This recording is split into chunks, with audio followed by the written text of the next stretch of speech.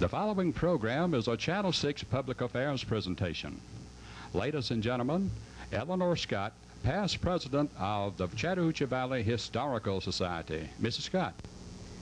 Today we are in the studios of Sammons Communications in order to tape the second in a series of tapes being done by for the Chattahoochee Valley Historical Society. The first interview was one done of Arch Avery of Atlanta, who grew up in West Point. And today we have three people in the studio with us for the taping. Dr. Crew Hunt, Mr. Tyre Weaver. These two gentlemen will be interviewed by Dr. Hunt's daughter, Jennie McElhaney. We are very privileged to have Sammons Communications to do this service for us. These gentlemen that are here with us today are lifelong citizens of the Valley. They grew up in Riverview, and they have much to tell us. I will now turn the program over to Jennie, who will talk with them and let them share with us some of their remembrances. Thank you, Eleanor. This is a pleasure for me, may I say that, and I'm sure for Dad and Mr. Tyre too. We thought first we'd discuss some about early medicine. Dad, what year did you start practicing? I began practice after an internship at Hillman Hospital, coming to Fairfax, July the 27th, 1924, to open my office.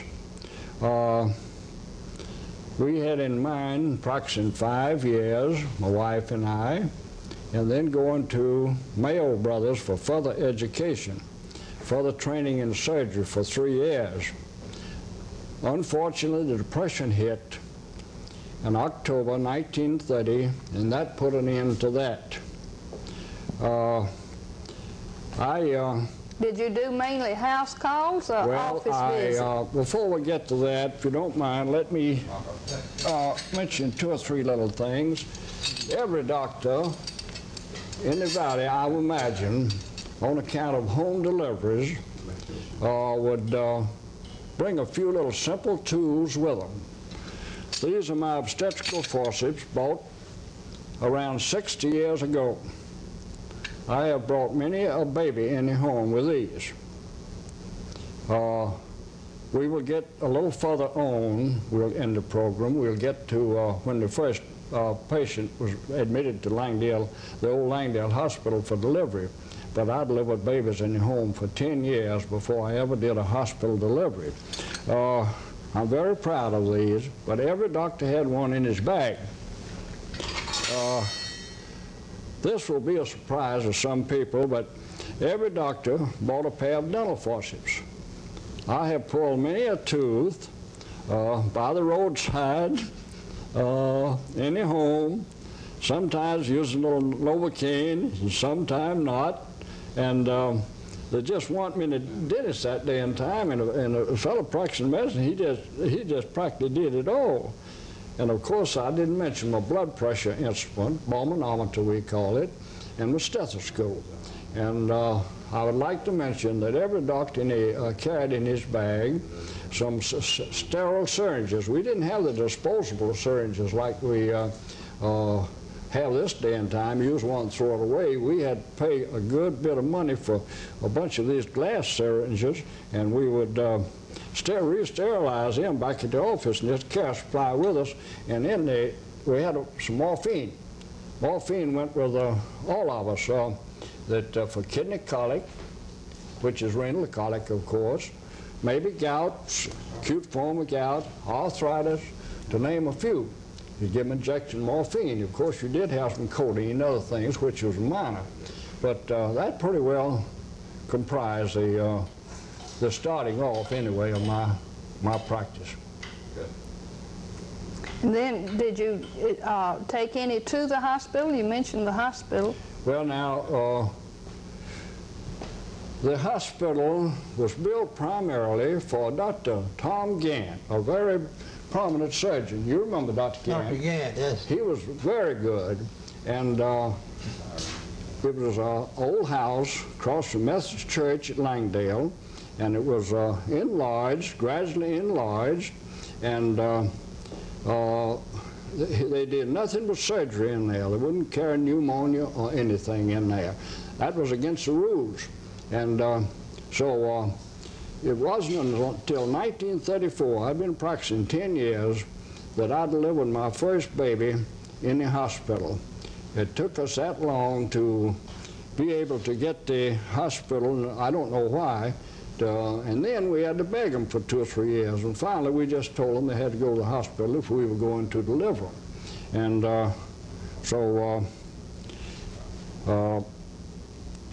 that hospital remained open until after the West Point Hospital was open, and then I think it was closed the day the George H. Lanier Hospital was opened in 1950.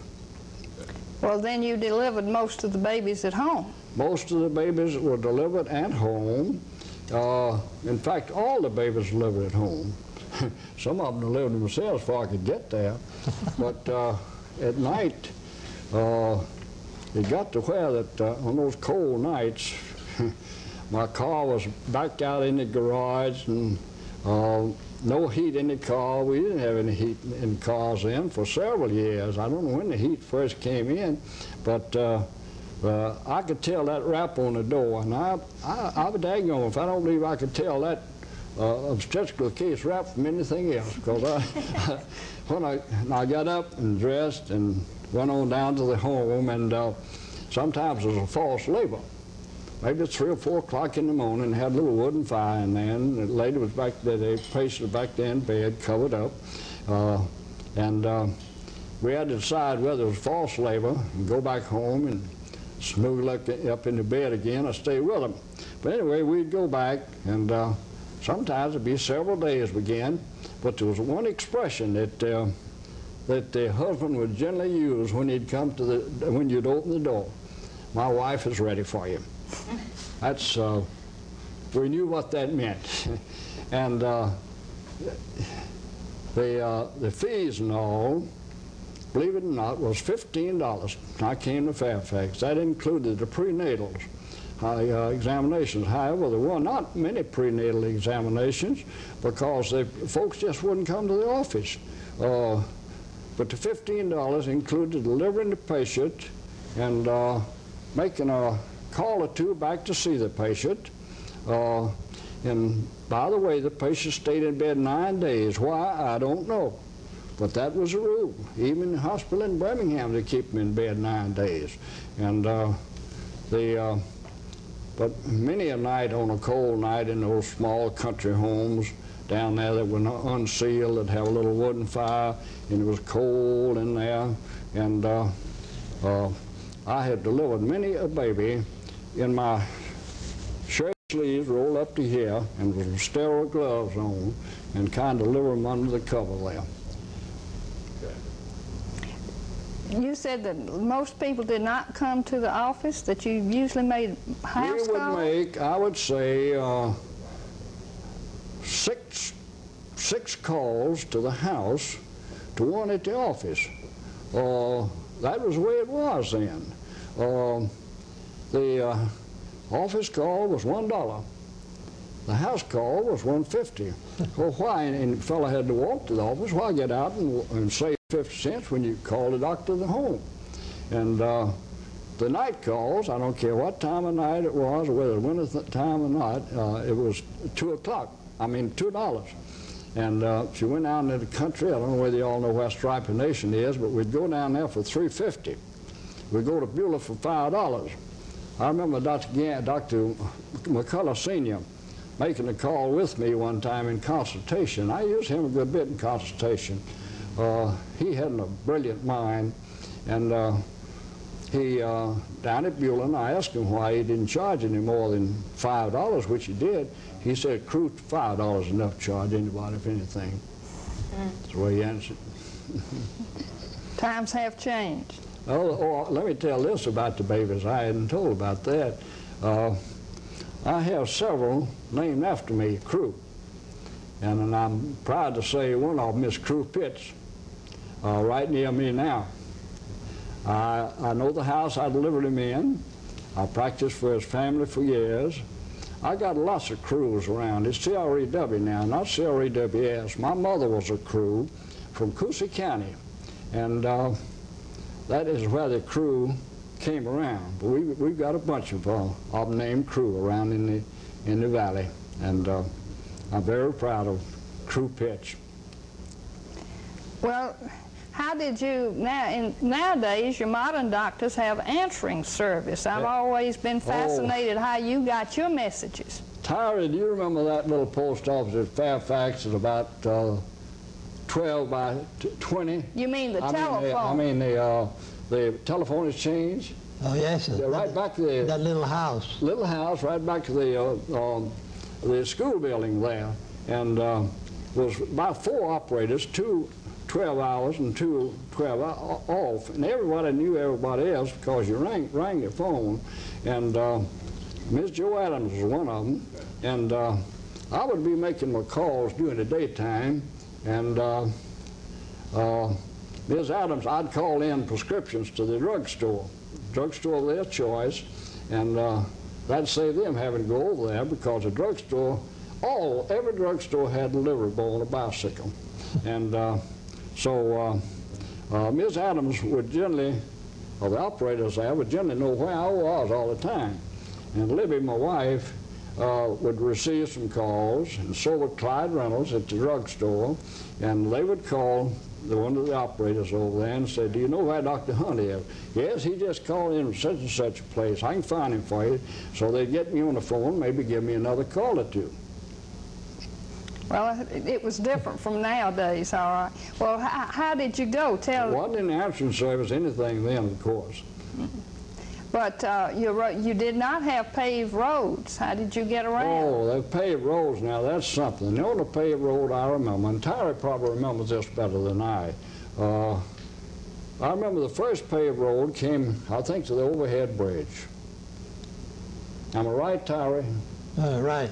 And then it came on down through Fairfax, past my house where I lived on Highway 29. Then later years, it went all the way to Opelika. And but the first 8 or 10 years of my practice, from 24 on up into the 30s, every doctor would have a pair of mud chains.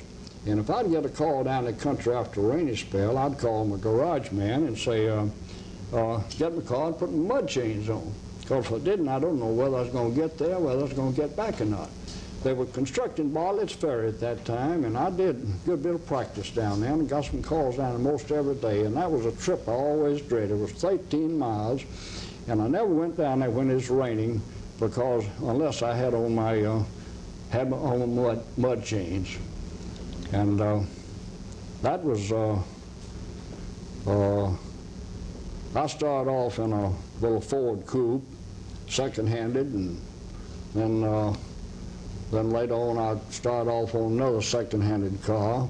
And while I'm talking, Tyre told me he bought his first Ford while we were coming up here in 1929, new Ford for $500. Yeah, brand new Ford, $500.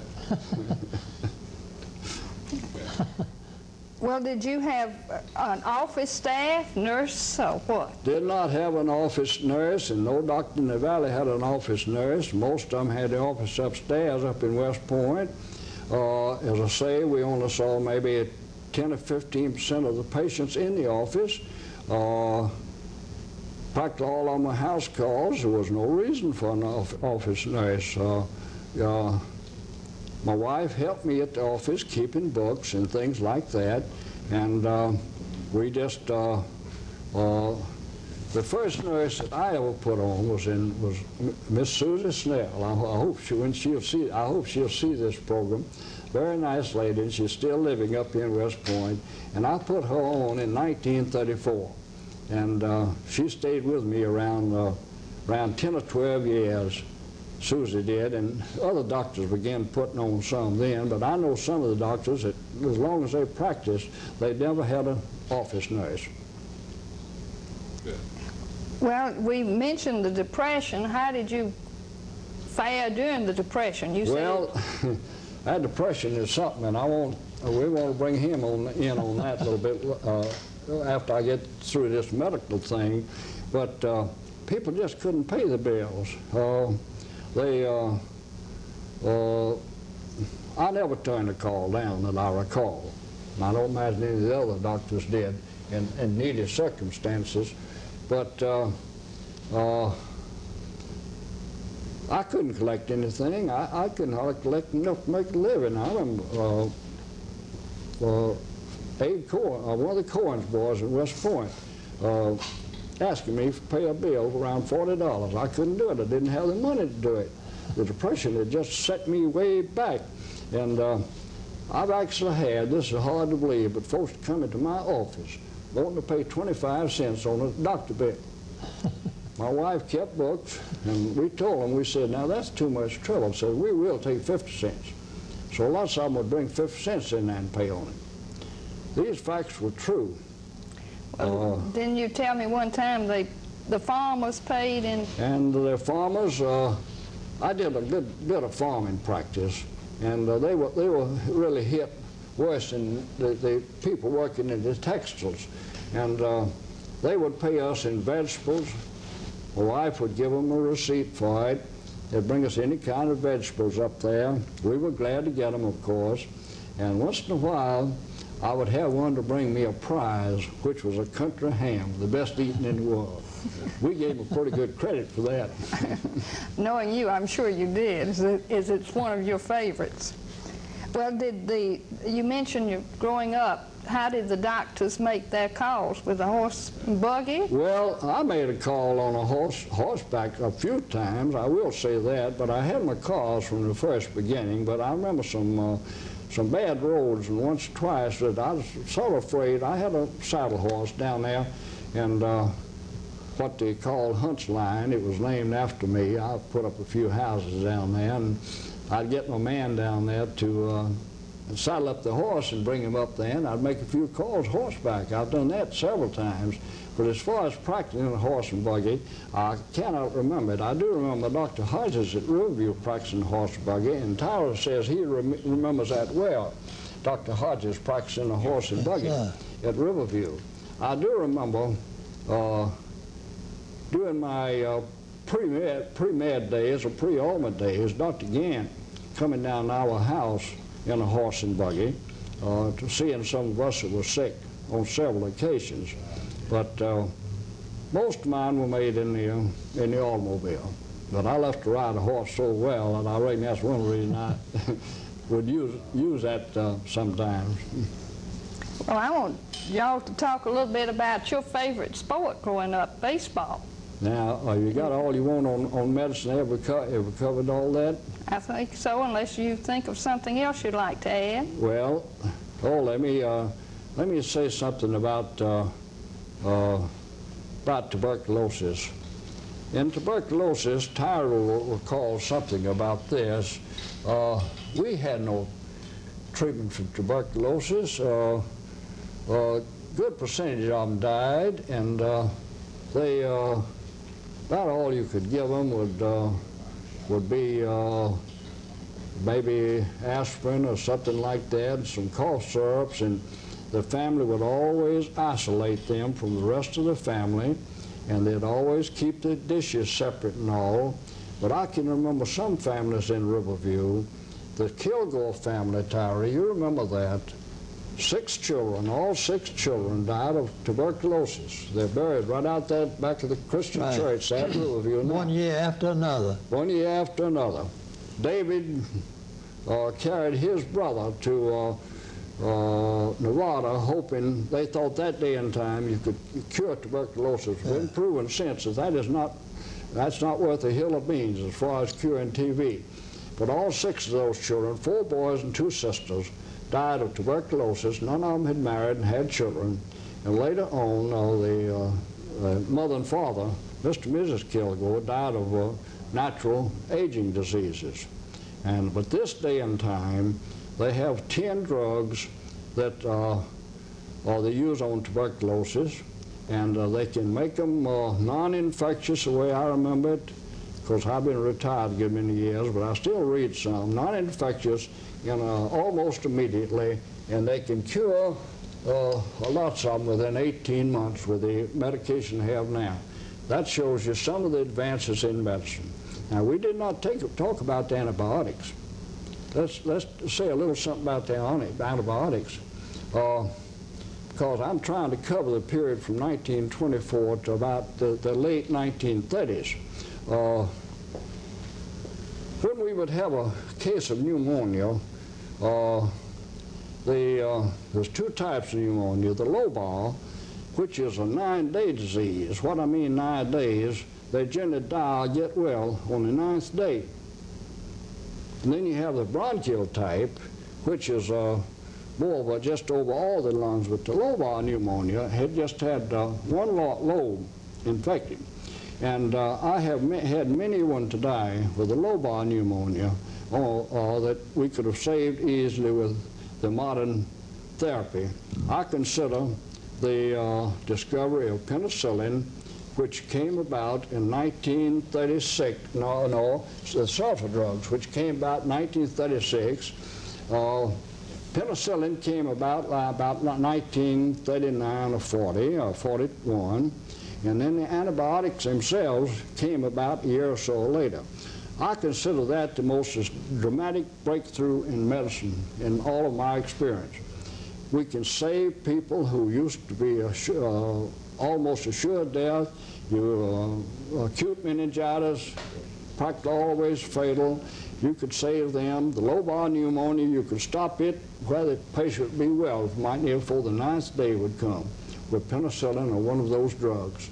But we just didn't have any thing to fight them with. A good granny or a good midwife or some could take care of them just as well as we could. Mustard plasters, yes, all of them. Doctors all use mustard plasters. You're trying to draw those white blood cells to that affected area. They use it right over that part of the lung where the lobar pneumonia was.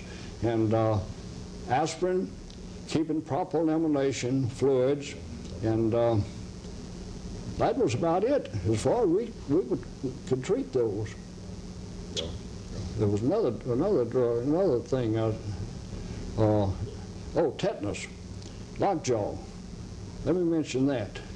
In my practice, I had 3 cases of lockjaw, and all 3 died. Dr. Sammons, I was talking to him a few days ago, and he had one to get well. I'm sure that Coleman won't mind me mentioning our little conversation. It was Charlie Hicks, and Coleman told me the other day that he almost sat up with him for 2 weeks. He's the only case I think that Coleman had to ever get well. And he was good and stout, and so he got well and just lived up to just a few years ago. But this day and time, we had the antitoxin then, which would last 30 days, and none of these 3 that I had to die had the antitoxin. Now then, of course, we have the lifetime toxoid, which you'll take every 2, 3, 4, 5 years, you see. I well remember F.P. Bradfield.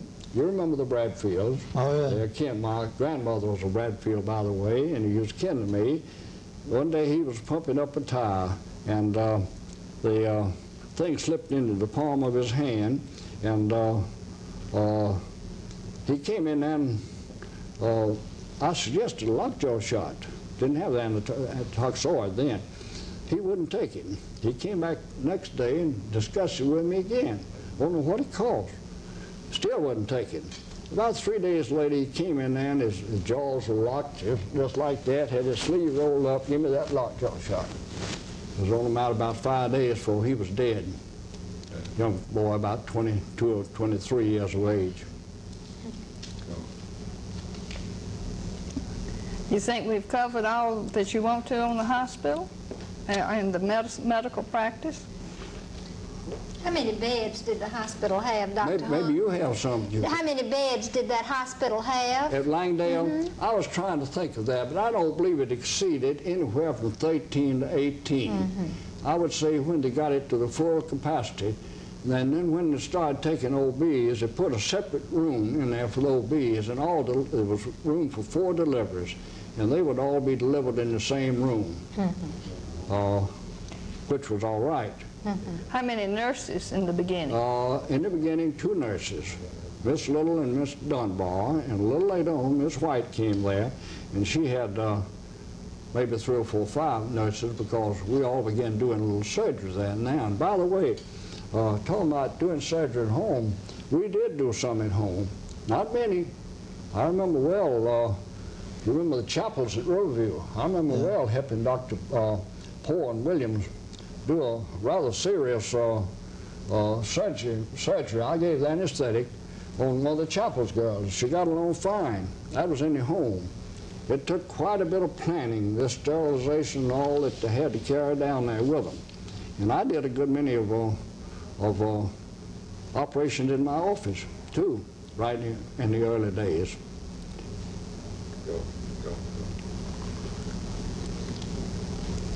Well, are you ready to talk a little bit about baseball? Yeah, and Tyre can come in with me on that. Dr. Hunt had one good sport. He used to have a pretty horse. He'd ride up and down the street. He'd hop off, and run wild and hop back on. Tell him about that. Not many folks believe that. Tell him about it. That's right. He'd get on that horse and he'd just go flying. He'd hop off of him, then he'd hop back on him and he'd go flying. You ever see me pick up a handkerchief off the ground? Yeah, you go around and pick up a handkerchief. Old Johnny. Horse name was Johnny, huh? Yeah, I was crazy about that horse. I used to How long stand did out you on have the him, front and Dr. watch Hunt? him ride. How long did you have that horse? Well, that horse died when I was at Tulane. He stepped on something, and we didn't have veterinarians in. And he got an infected foot, and that swelled about twice the size, so that eliminated him as a saddle horse, and he died when I was at Tulane. I never will forget getting a letter saying Johnny had died. Well, now you rode him to high school, didn't you? To where? Up to West Point to high school. Oh, West Point High School, yes. I rode him up there. I sure did. Let's get back on our baseball and wind it up. Tyre, I remember baseball in the valley on Saturday was the sport. That was about the only sport we had, wasn't it? The only thing we had was baseball. And the 6 valley towns had a team. Sometimes we would play LaGrange. Sometimes we'd play up in Dixie, and Dixie's on LaGrange. Sometimes we'd play Tallahassee. And you remember the baseball uniforms, the women, the Riverview made them, and they were either flaming red or an indigo color, or just any color, type of color like that. And the teams would go to the towns where they're going to play by our little CV. They didn't have cars to go, and they'd all meet at CV already dressed in the uniforms. You may better explain what the CV was. CV Railroad, the Chattahoochee Valley Railroad. And they'd ride up there on that, say Lynette or Langdale one, and then they'd come back the same way. And we didn't hear from how the game came out because we didn't have telephones then. And so lots of folks in Riverview, I know Fred and I always met the train down there to see whether Riverview won or not. And we were so happy when we heard that Riverview had won. I was 6 years old with Dr. Hunt. We used to walk to Langdale and play ball. I was the first baseman. Well, who were some of the other players, Mr. Weaver? All the Miller boys, you know. And who else? Old man Dick Miller had 9 boys, and every one of them was ball players. Well, that's interesting. Yeah. And who were some of the others who played? Well, that was, There's the Wiggins. yeah, all the Wiggins boys. And the Gogginses. Goggins, yeah. Yeah, Edward and Arthur. What years was this about? Oh, I forget just what year, but I tell you, when I was playing, I didn't play about 2 years because when I entered Tulane, studied medicine, I gave it up. And I played in about I went to Tulane in 19. So I played in about 16 and 17 and 18, right in there. Was Mr. Weaver playing at that time, or was he? Mr. Weaver? No, that I was done growed up. Oh, you played earlier than that. I played early, yeah. Luther Scales is one that some of the folks may remember. He's still living, lives in Atlanta now. He was a first baseman. He was a pretty good first baseman, too. Were the rules and the way they played the same? As it is They now? had the rules, and Mr. Lon Anthony, you remember Lon? Yeah. He was a knowledgeable one on the Riverview team. He always carried a rule book with him, and he was generally right. In an argument had come up, they just had one umpire. And by the way, that umpire stood behind the pitcher, believe it or not. He wasn't behind the catcher. Behind the pitcher, yeah. He'd behind the pitcher and called the strikes and called the one out, anything like that. It's just that one umpire.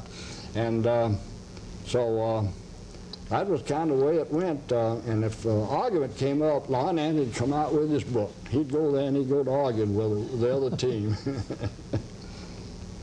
Well, some of those men went on and became semi-professional. Yeah, Hope Milner did. Hope went right on up. I can't remember. And Edward Goggins seemed like he went up some. I'm not sure whether there were any others or not that went up, but I'm sure up the other towns there's some that went up there too, because they had some good ball teams. Well, one thing we want you and Miss Tyre to talk about is the general stores in Riverview. Oh, yeah. Tell them a little bit about your store at Riverview, and I'll tell you something, then I'll tell something about I went to work down there for Johnson and Company in 1914. We delivered with a mule wagon. We had the best old mule you ever saw. I didn't have to tell them when to stop. We'd fill the baskets full of groceries and put them on the wagon, and I'd get up there and start him off. He'd go out, stop at the first place. I wouldn't tell him to stop. He'd go to the next place and stop. He just had as much sense as I did. Tyre, when did y'all first start delivering groceries in Riverview on a truck or something? On the truck? Yeah. That was about, I guess about 8 years later. We went all through the Depression, you know. And well, Jennie says she can remember riding our dray when she was a little girl. So we went on up into the, just like you did. yeah. And you remember that horse and wagon that Papa had, an old Buck? Oh, yeah. When lightning started, Buck would carry, there weren't any cars in, Buck would walk all over Riverview. Papa didn't worry about it. He'd just go down to the mill and just come around with the wagon and come back to the store there. Hey, Clyde. How many people lived in Riverview when you all when in the earlier days? How many would you say? I guess it wasn't about 300. I managed a little bit over that, wasn't it? Might have been all around. Because most of it, well, they did build G.I. Street later on, didn't they?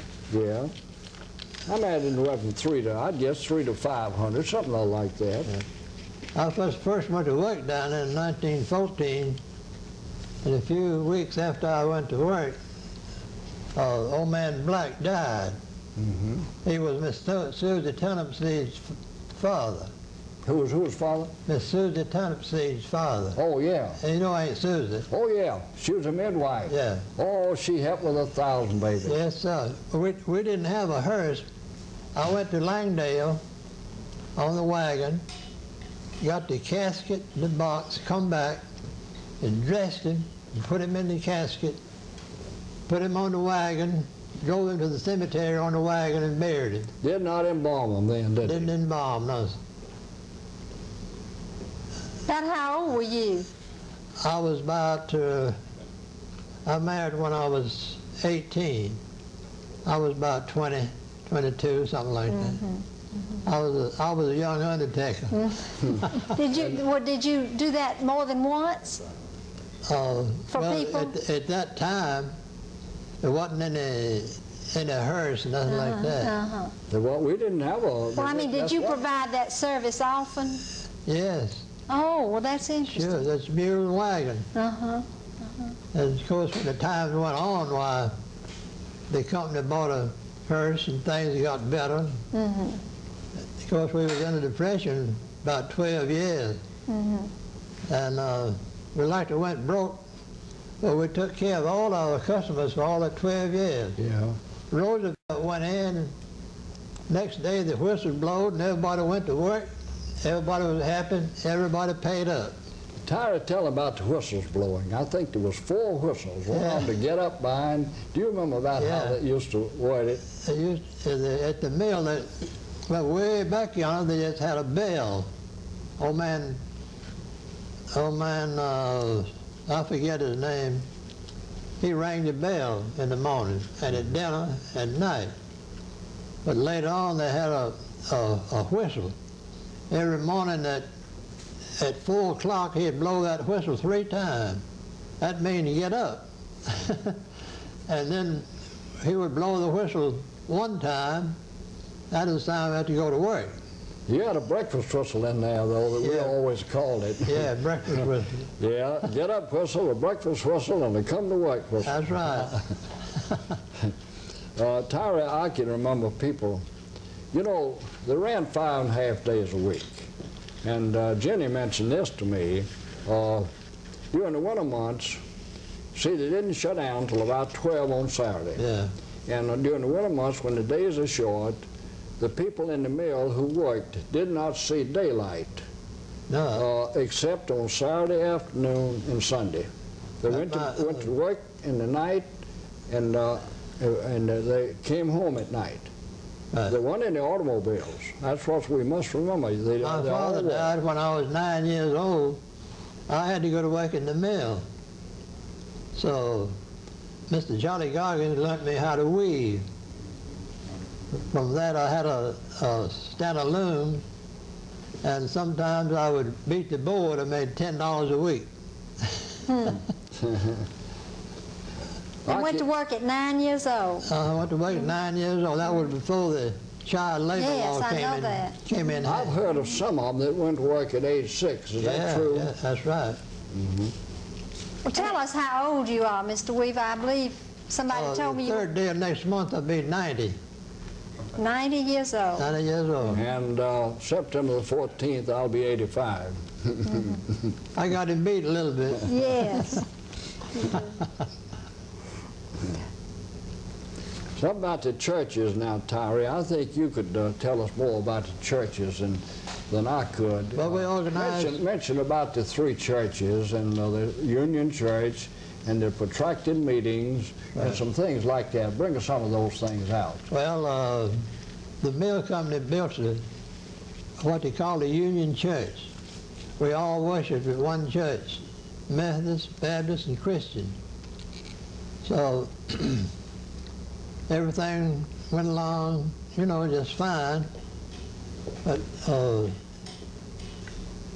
Baptist decided they wanted a church of their own, so they pulled out but built a Baptist church, which was all right, fine. Then the Methodist and the Christian went on for several years, and we decided we want a church. So we built us a church in 1936, 37, I believe. Is that Methodist or Christian? Methodist. Methodist. Church. And our first family we had in the church was Mr. Amerson and his daughters and Mr. Hunt. I don't think he's related to Dr. Hunt. H-U-N-T? H-U-N-T Hunt. I don't remember him. That's the 2 families that was in the church. And then we went on for a while, and we built the church, and we had a pretty hard time trying to build it, you know. So we had it about done in 1936, 37. My wife, Miss Kate, used to go out and collect. And our first pastor paid him $25 a month. And he had to come from somewhere, Had didn't to he? come from Langdale. Finally, we got up to $50 a month for the preacher. Tell him about the protracted meetings. Yeah, we had lots of protracted meetings down there. And some of it last now 7 to 9 days. I well remember that. Is that not a term that nowadays we say revival for? Same thing. Revivals, yes. We had a few revivals, yes. Protracted, of course, means, as you all know, means prolonged, and that's where that word came from. Yeah. Anywhere from 7 to 9 days. I remember some of the preachers, Brother Burton, we Baptists always called him brother, the pastors, he would come from Dadeville, and he stayed at my mother and father's house quite often during a protracted meeting. You want to tell them about the trial? About somebody that was dancing? You told me about. Oh, yeah. Tyre, you know, people danced at Riverview, but they sort of pulled the shades down, didn't they? Yeah. But some of our Baptists, I was Baptist myself, had a dance over there on Reservoir Street. I can't remember at whose home it was, but it got out, and the church deacons found out who they were. So they decided to have a trial in the church, in the open church. And when they called out Mrs. So-and-so's name, "Are you guilty?" She'd say yes. "Do you apologize and agree not to do it again?" She'd say yes. They tried every one of them in open church, and they finally came to one of my baseball cronies. I won't call his name. And he says, they asked him, "Mr. So-and-so, were you guilty?" "Yes." "Do you want to apologize?" He said, "Scratch it off." That was dancing then. I'd say that was long about 1915. Yeah. You mentioned the Union Church, Miss Tyre. I can remember Daddy telling me about the Christmas trees they always put up in front of the Union Church, was it not? Yeah. Tell them about the Christmas tree. Well, the mail company would bring a nice Christmas tree lodge every year and have it in the Christian church. And everybody would go there and carry presents, and all the children. And one time I played Santa Claus, and we just had a big time. The mail company gave them sacks of fruit and candy and stuff, and they still do that. They still give them. They don't have a tree, but they have a regular supper. They still do that? I didn't know that. Yeah, they still have. I can well remember, Tyre, them going into the woods and getting these beautiful hollies that had berries on them. Yeah. Now, you've got a female holly and you've got a male holly. The female has the berries. They would always get the holly that had the berries. And they'd bring it in by a couple of mules and put it in the church.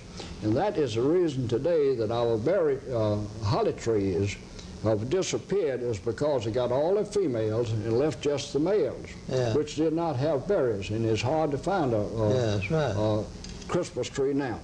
It was a shame, but that's the ones they found and brought in.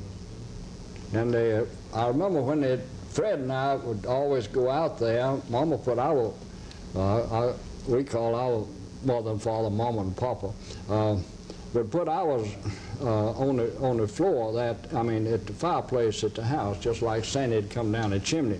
But they'd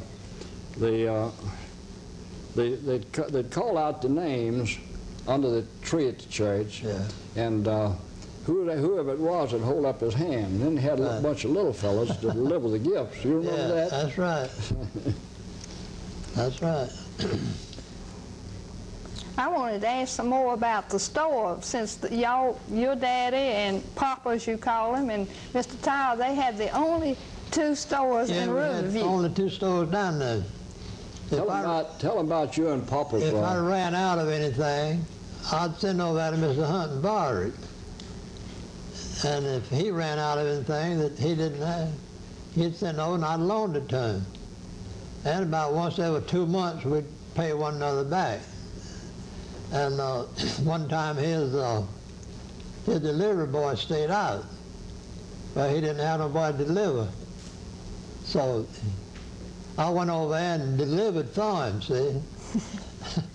We're just good folks. That's true. Yeah, that's right.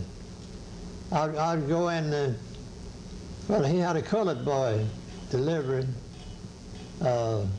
He stayed out sick. I'd go and deliver for him.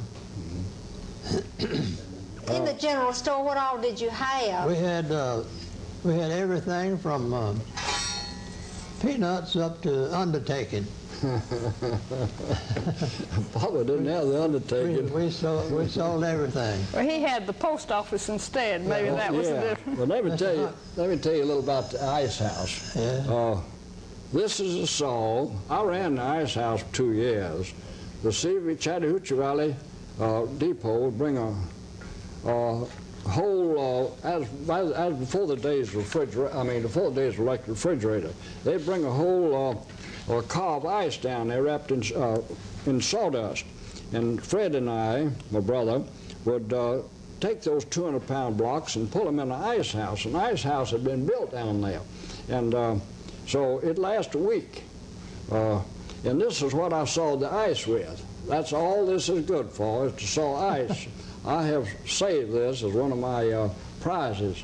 And then I would deliver the ice in our wagon, old Buck in the wagon, and the Riverview Mill had 50-gallon drums. The 50-gallon, you know what I'm talking about. Yeah.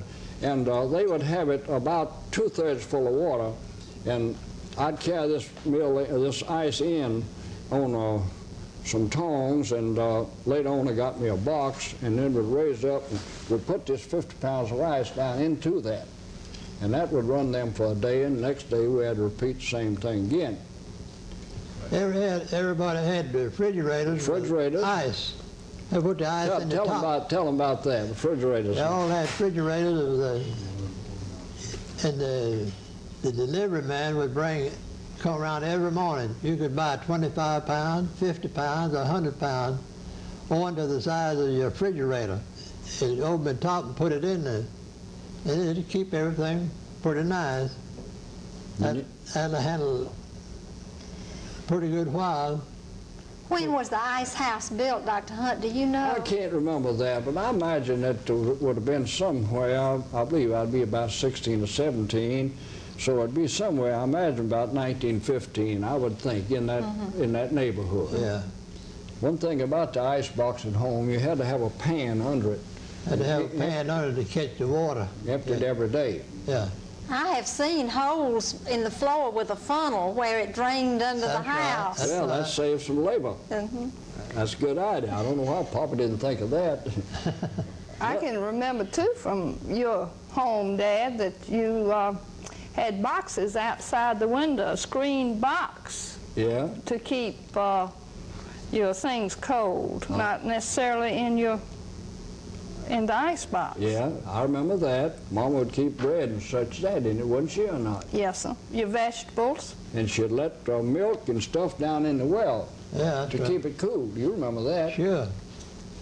Put your butter and milk down in the on a rope and put it down in the well just before it gets to the water. You stop.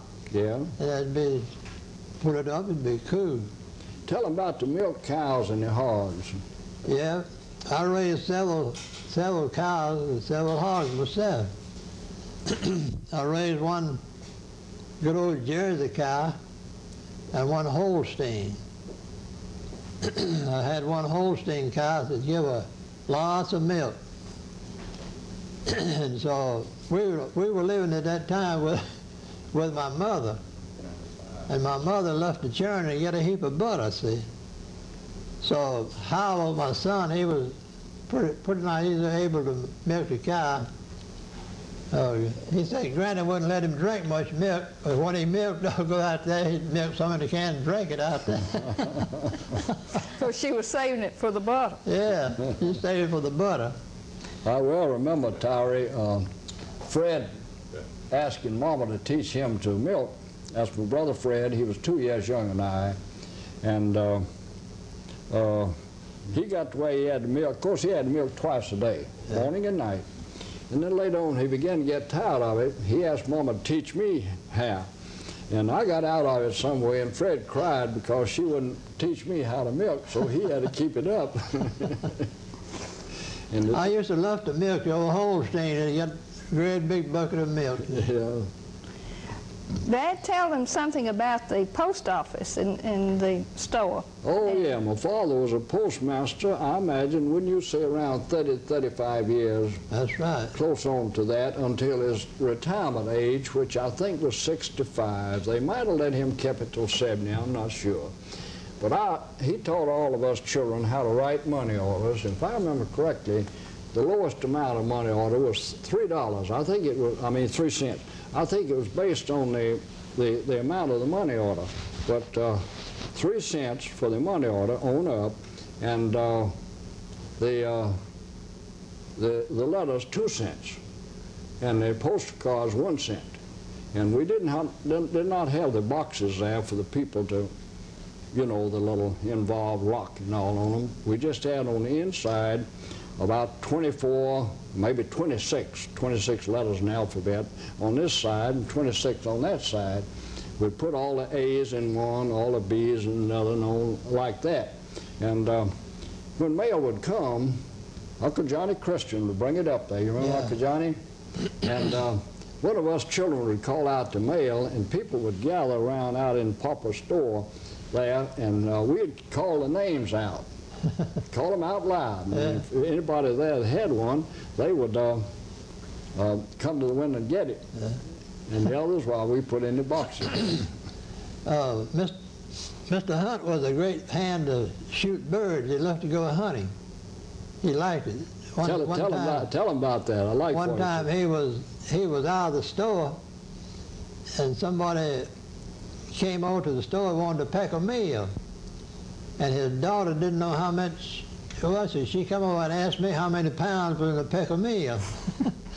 So I was all right, I helped out. Are either one of those buildings still there, where your stores were? No, neither one. No, they're Neither both, one of them they're are All gone. In fact, my father was in 2 stores. He was in a rock store, which was built in '87. It was torn down. Later on, they put a brick store there with a Masonic Hall above. And he was in that. It was torn down about 3 years ago. Well, tell me, how many buildings do you suppose there are of the last century in Riverview now, including houses? I mean, are there a good many still left? You're talking about business? Yes, old, no, not any, just any. Buildings. You're talking about the houses? Houses or any kind of buildings down there that are older than 1900. Yeah, lots of old houses are old. Yeah. This is what I thought, and I wanted to hear you say it. It's been remodeled. The Christian church is what was the Union Church. It had a cyclone. What year did they? It blew down. What year was it? I imagine along about 1915. Yeah. Guessing at it.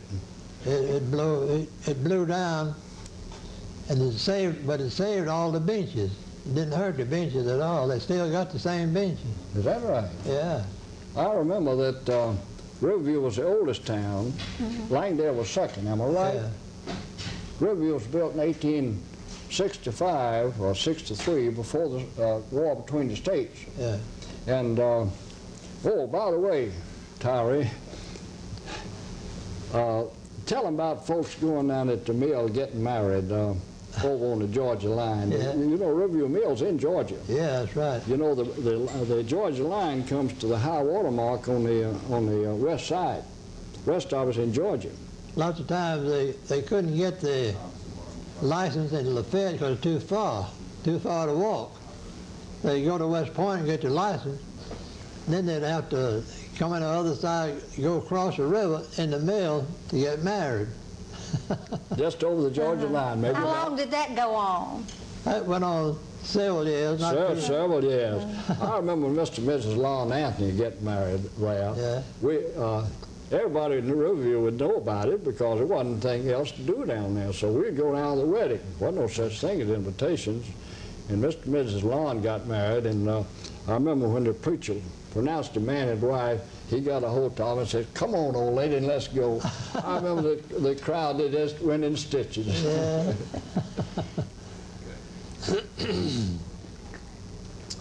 Well, how long, the meals in those days got out for lunch, or how did they do when they had We lunch? went to work at 6 o'clock. I had 30 minutes for dinner and worked till 6 o'clock at night. And the mill run by water wheels.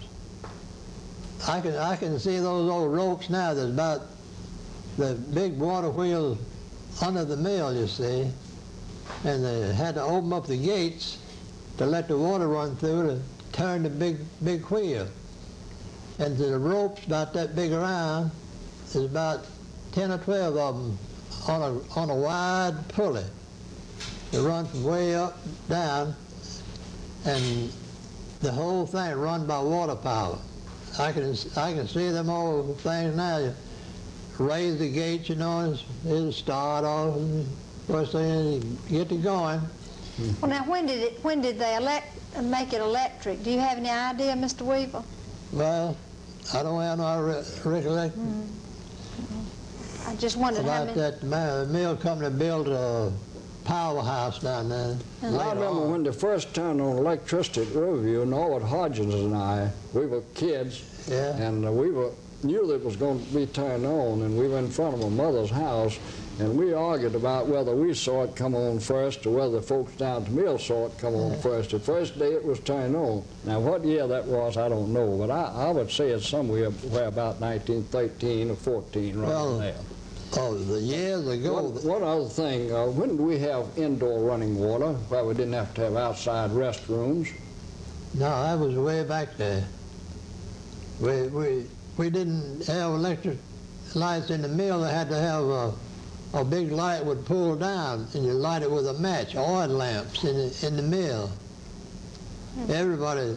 How about the running water in the house? Do you remember when we first got it?